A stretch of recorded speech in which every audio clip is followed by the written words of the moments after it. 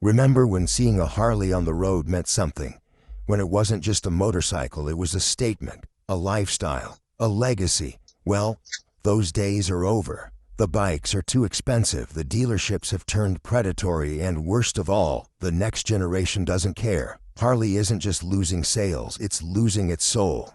And if something doesn't change fast, America's most iconic motorcycle brand won't survive the decade. What's happening?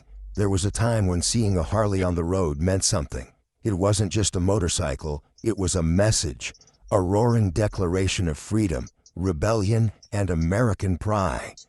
Picture it, an old highway slicing through the Arizona desert, golden sun low in the sky, and the low rumble of a V-twin echoing through open air. That image wasn't from a commercial. It was America's soul, rolling on two wheels. For decades, Harley-Davidson wasn't just a brand, it was a belief system. Fathers passed down Harleys to sons. Mothers rode them cross-country with their daughters. These bikes weren't disposable toys. They were legacy machines, oiled by stories, soaked in pride, and heavy with identity. In small towns and industrial cities alike, Harleys sat in garages like heirlooms, shining with chrome and memory. They weren't just motorcycles, they were ceremonies. But today, that image is fading fast, and it's not because the roads are empty. It's because Harley lost the road. What was once a working-class icon has become a luxury relic. The younger generation doesn't look at a Harley and see possibility. They see debt, inaccessibility, and a lifestyle that doesn't fit them. The roar of the engine doesn't inspire, it intimidates. The leather, the patches, the exclusivity, it all feels like a uniform from another era. The connection that once made Harley sacred has been severed, and the brand that once stood for independence now stands for irrelevance. The fall of Harley isn't about competition or technology, it's about something deeper. It's about the collapse of meaning.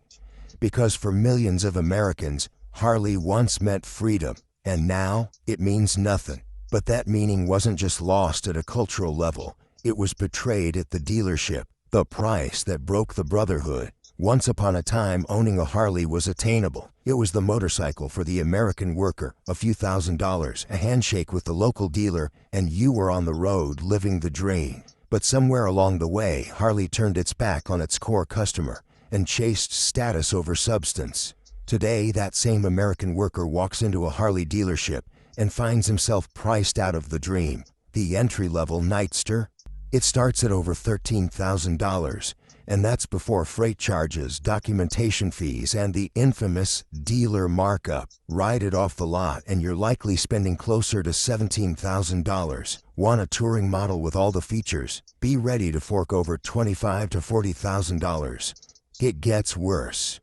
Dealerships across the country have developed a reputation for hidden fees, financing traps, and high-pressure upsells. A Harley that should cost $20,000 often ends up costing over $30,000. And unlike other brands, Harley dealers rarely negotiate. Why? Because they know some loyalists will pay anything to own the badge. But here's the real betrayal. That loyalty was never meant to be exploited. Harley didn't just raise prices. It broke the trust of the very riders who built the brand. And those riders, they've started walking away. Consider this. For the price of a new Harley, you could buy a new pickup truck, or you could buy two Japanese cruisers with better performance, lower maintenance costs, and friendlier dealerships. And that's not hypothetical. That's exactly what tens of thousands of riders are doing right now. Because Harley didn't just raise its prices, it sold out its soul. But even for those who could afford it, there was a bigger problem. They no longer wanted what Harley was offering. If this truth hits like a bad cam knock, give it a like. And if you want more no-nonsense takes that cut through the showroom smoke, subscribe and wrench with us. A culture trapped in the past. The Harley mystique used to be magnetic, rough around the edges, built on rebellion and powered by camaraderie. But over time, that mystique calcified into something else. Exclusion, elitism, and outdated tradition. And the people Harley needs the most, the next generation of riders, they want no part of it. Walk into a Harley rally today and you'll find more gray hair than grit, leather vests, skull patches, club cuts, and a code of conduct that feels less like freedom and more like a gated community. It's a culture built for a generation that's aging out, And it's doing nothing to bring new blood in. Younger riders don't want to be part of a Harley-only club. They don't want to be judged for riding a Honda or showing up in sneakers instead of steel-toe boots. They want freedom, not conformity. They want bikes that match their lifestyle. Urban, diverse, affordable, inclusive. And Harley missed the memo. Instead of adapting, Harley doubled down. Exclusive events, brand gatekeeping, a culture of real riders only that shut the door on everyone else. And while Harley looked inward, the rest of the motorcycle world opened up. Events like the Distinguished Gentleman's Ride, mixed brand adventure rallies, and city-based motorcycle collectives exploded in popularity. These communities didn't care what name was on your tank. They cared that you loved to ride. The truth? A Harley rally today feels more like a museum than a movement. And for a brand built on rebellion, that's the deepest irony of all. Harley didn't just lose the next generation, they lost the momentum. And the financial results made it crystal clear. Sales collapse and a sea of debt. The numbers don't lie. And Harley's numbers tell a brutal story. Sales in North America, their strongest historical market, have been in a downward spiral for more than 5 consecutive years. In markets like Europe and Asia, where Harley once saw growth potential, demand has flatlined or declined. Emerging markets that were supposed to be the lifeline, they've become liabilities. Harley's global sales volume today is a shadow of what it was in the early 2000s. Revenue is slipping, margins are razor thin, and as inflation drives up manufacturing and distribution costs, Harley's once stable profit model has been flipped upside down. Assembly plants have gone quiet, orders have been slashed, dealerships are closing. Not just in small towns, but in major markets. Some are converting to other brands, others are walking away from motorcycling altogether. And on the factory floor, longtime workers are getting pink slips instead of pensions. Harley-Davidson is bleeding cash. And the company's leadership, instead of confronting the cultural and economic reality head-on, they've responded with price hikes, limited edition gimmicks, and brand nostalgia, all while their balance sheet crumbles. The financial collapse of Harley isn't just about losing customers, it's about losing the plot. This isn't a rough patch, it's a full-scale retreat from the global motorcycle industry. And when Harley needed its big comeback, what they did next made things worse. The used market Harley can't kill. It was supposed to be a sign of strength. Harley-Davidson motorcycles that held their value year after year, passed down from father to son like a steel heirloom. But now, that very strength has become a curse. The used market is overflowing with meticulously maintained Harleys, most of them garage-kept, low mileage, and loaded with aftermarket upgrades. These bikes are not scrap, they are showroom quality. And that is the problem. They are so good, so durable, and so visually identical to new models that buyers are simply opting out of buying new ones altogether. You walk into a Harley dealership today and see a new Road Glide with a sticker price above $33,000 before hidden fees, accessories, or dealer markups.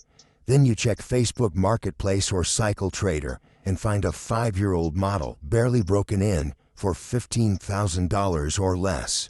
And if that older bike comes with performance exhaust, a custom seat, and upgraded bars, it is not just cheaper, it is better. Baby boomers are a big reason why. They were Harley's most loyal generation, buying bikes religiously during the brand's peak. But now those same riders are aging out of motorcycling.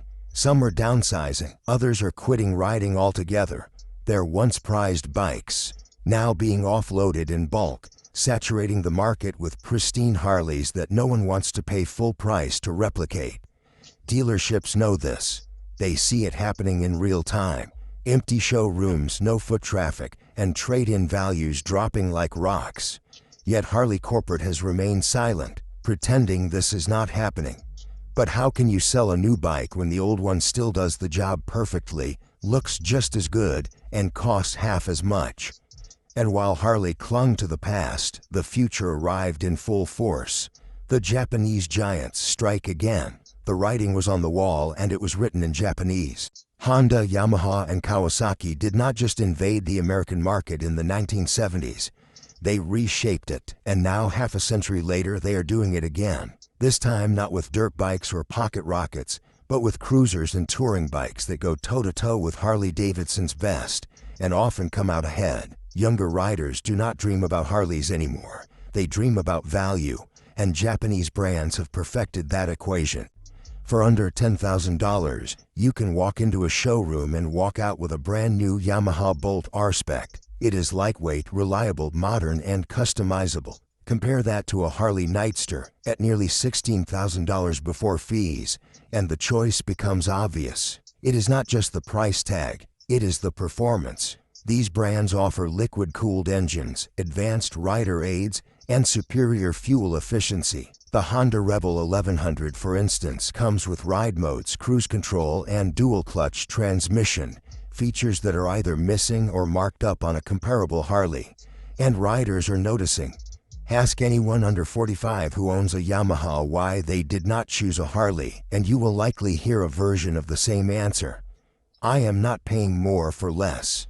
It is cold, it is calculated, it is brutal, and it is working. But the most dangerous competitor was born right here in America. Indian's comeback is Harley's collapse. There was a time when the words American motorcycle were synonymous with Harley-Davidson. No more. Indian has come roaring back, resurrected from the ashes with modern engineering, aggressive pricing, and a message that speaks to riders fed up with Harley's attitude. The symbolism is undeniable. The brand that once died has now returned to bury its rival. Indian did not try to out-Harley Harley. They did something smarter. They made their bikes look classic but ride modern. The Challenger comes equipped with a liquid-cooled Power Plus engine, a 7-inch touchscreen with navigation, and electronic preload adjustability. Meanwhile, Harley's comparable bikes still rely on air-cooled motors and outdated tech, and they cost more, a lot more. And riders noticed. Thousands of Harley diehards have made the switch.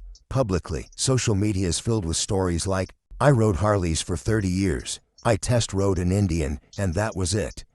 These are not casual weekend riders. These are Harley's core, and they are walking away. Indian's Scout Bobber 60 starts under $11,000. It is fast, fun, and looks phenomenal. It is everything Harley should have offered, but did not. Because Harley was still busy guarding its legacy instead of evolving it. And Harley's next move, maybe its biggest failure of all, Harley's fake future and the live wire lie. This was supposed to be Harley-Davidson's rebirth, an all-electric motorcycle to show the world that Harley could still innovate, that it could still lead. Instead, it became one of the most expensive cautionary tales in motorcycle history. The live wire was sleek, futuristic, and undeniably fast. It could hit 60 miles per hour in just over 3 seconds. But here is the problem. It cost nearly $30,000. That is luxury sport bike territory. And the rider Harley was hoping to attract: eco-conscious, tech-savvy millennials with tight budgets. A rider that does not exist at that price point. Worse, Harley did not seem to know how to sell it. Was it a Harley? Was it something new? Was it for old-school riders or urban commuters? The brand was confused, the buyers were confused, and the sales numbers were brutal. The live wire flopped so hard that Harley spun it off into its own company, pretending it was always meant to be separate. It was not. And Harley still does not get it. The problem was not the idea, it was the execution. Riders wanted innovation, but they also wanted affordability, serviceability, and brand trust. Harley delivered none of those. Instead, they priced out their core, ignored the new generation, and hid their failure in corporate rebranding. Because Harley's real problem was not the future, it was their refusal to commit to it. Innovation without intention. When Harley-Davidson introduced the Revolution Max engine and the Pan America adventure bike, it was supposed to be a turning point, a clean slate, a declaration that Harley was finally ready to evolve. And for a brief moment, it looked like the brand had a shot at relevance again. The Pan America boasted a liquid-cooled V-twin, modern electronics, adjustable suspension, and real off-road capability.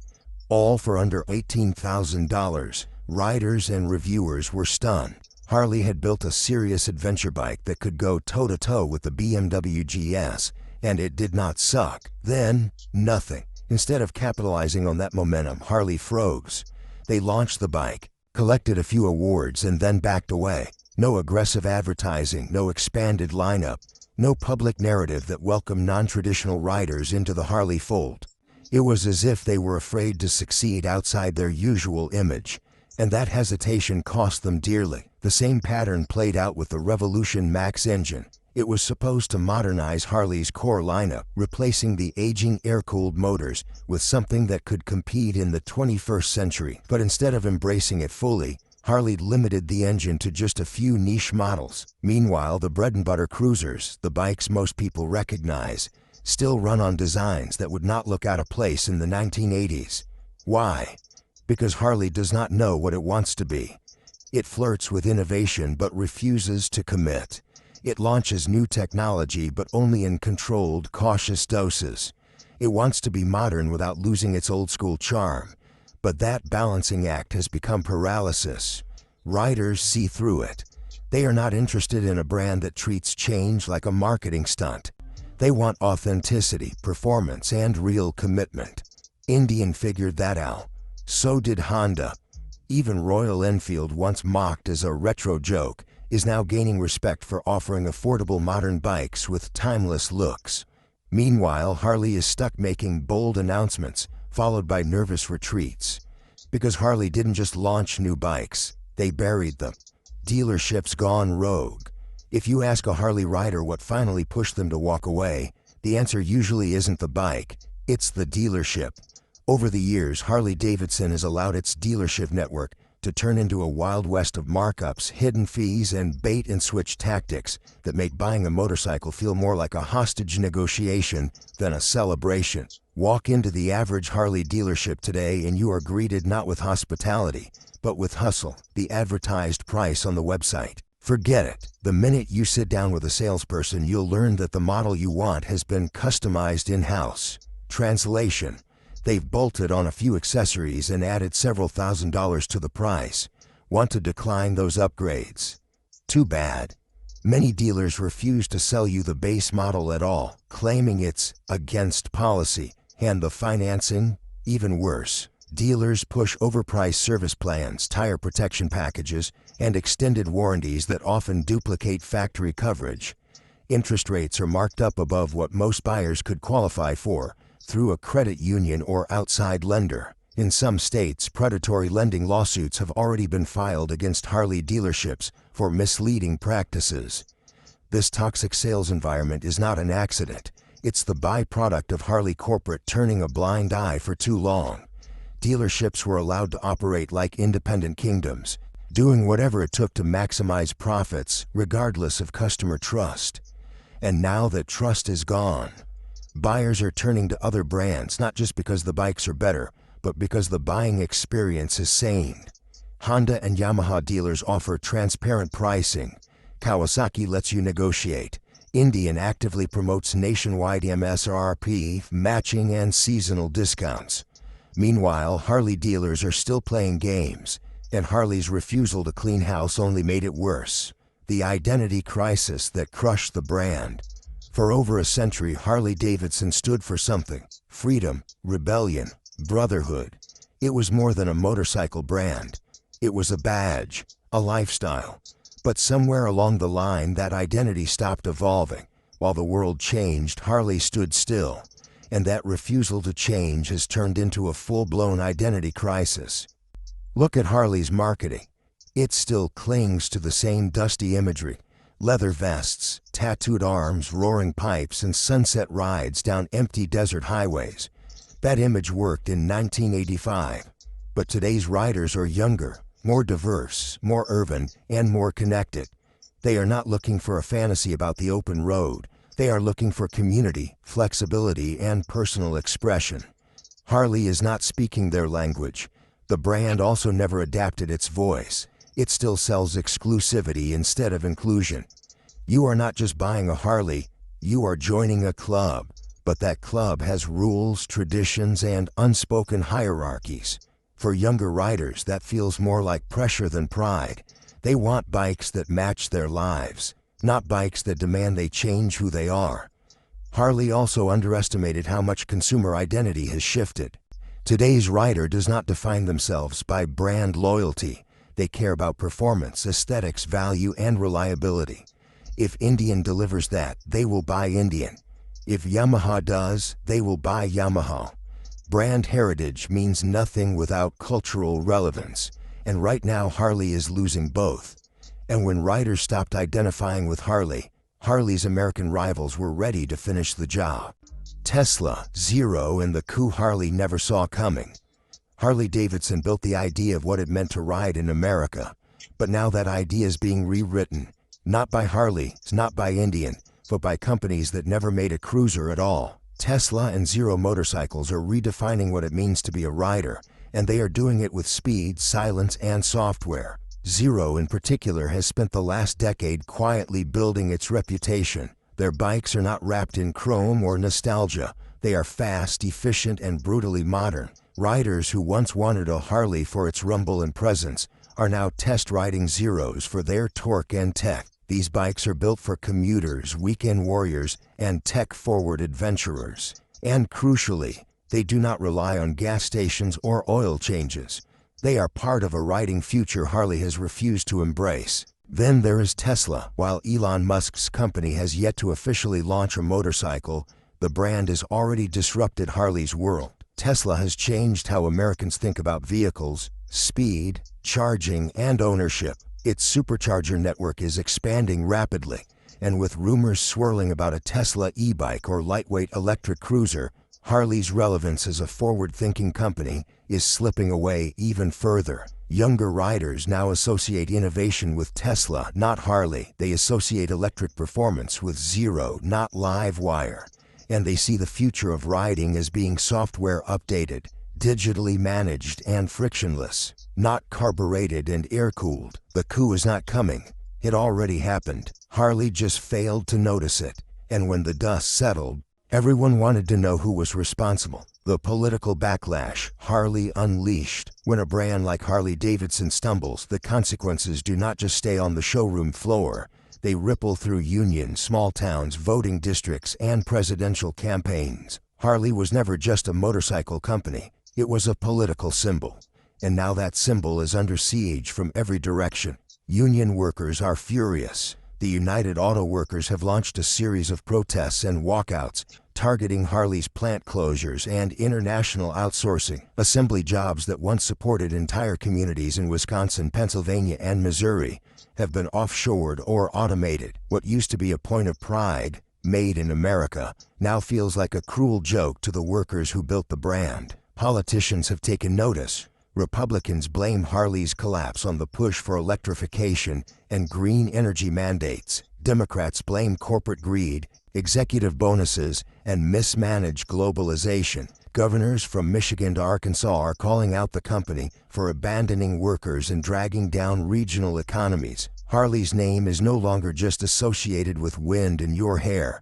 It is associated with job loss, cultural decay, and boardroom arrogance. Even former President Donald Trump and current contenders like Ron DeSantis and Gavin Newsom have used Harley's failures as political talking points. One side claims Harley bowed to woke environmentalism. The other argues it refused to modernize fast enough. Either way, Harley-Davidson has become a battlefield, a symbol, a wedge.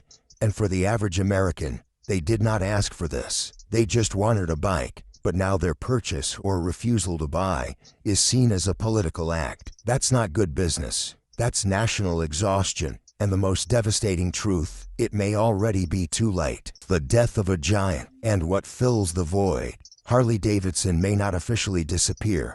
The name might live on. The shield and bar logo could still be stamped on licensed jackets, belt buckles, and coffee mugs for decades. But the truth is far more sobering. Harley-Davidson as we knew it is dead. What made Harley matter was not just its bikes, it was the myth it represented. It was the idea that a working-class American could buy freedom on two wheels, roar down Route 66, and feel a kind of rebellious pride that no car could offer. That idea was powerful. It built communities. It built loyalty, and it built an empire. But empires fall. Today, Harley is not leading the pack. It is not defining the culture. It is not pushing the industry forward. It is react slowly, awkwardly, and without conviction. Its bikes are overpriced. Its dealers are distrusted. Its younger audience is gone, and its core demographic aging out. What fills the void is not one single brand, but a fragmented ecosystem of smarter, faster, cheaper, and more inclusive alternatives. Honda gives you bulletproof reliability. Zero gives you electric torque. Indian gives you American muscle with modern upgrades. And Tesla might one day give you all of it with a subscription plan. The future of riding will be lighter, leaner, more digital, and more diverse. And Harley, stuck between nostalgia and hesitation, may never catch up. Yes, Harley may survive on paper. It may continue to make bikes. It may sell branded apparel and license its name like a fading rock band on its 5th reunion tour. The fall of Harley isn't just about motorcycles. It's about what happens when a brand forgets who it's really for. So what do you think? Is Harley worth saving? Or is this the end of the road? Drop your take in the comments, and if this gave you something to think about, like and subscribe. This conversation's only just beginning. Lay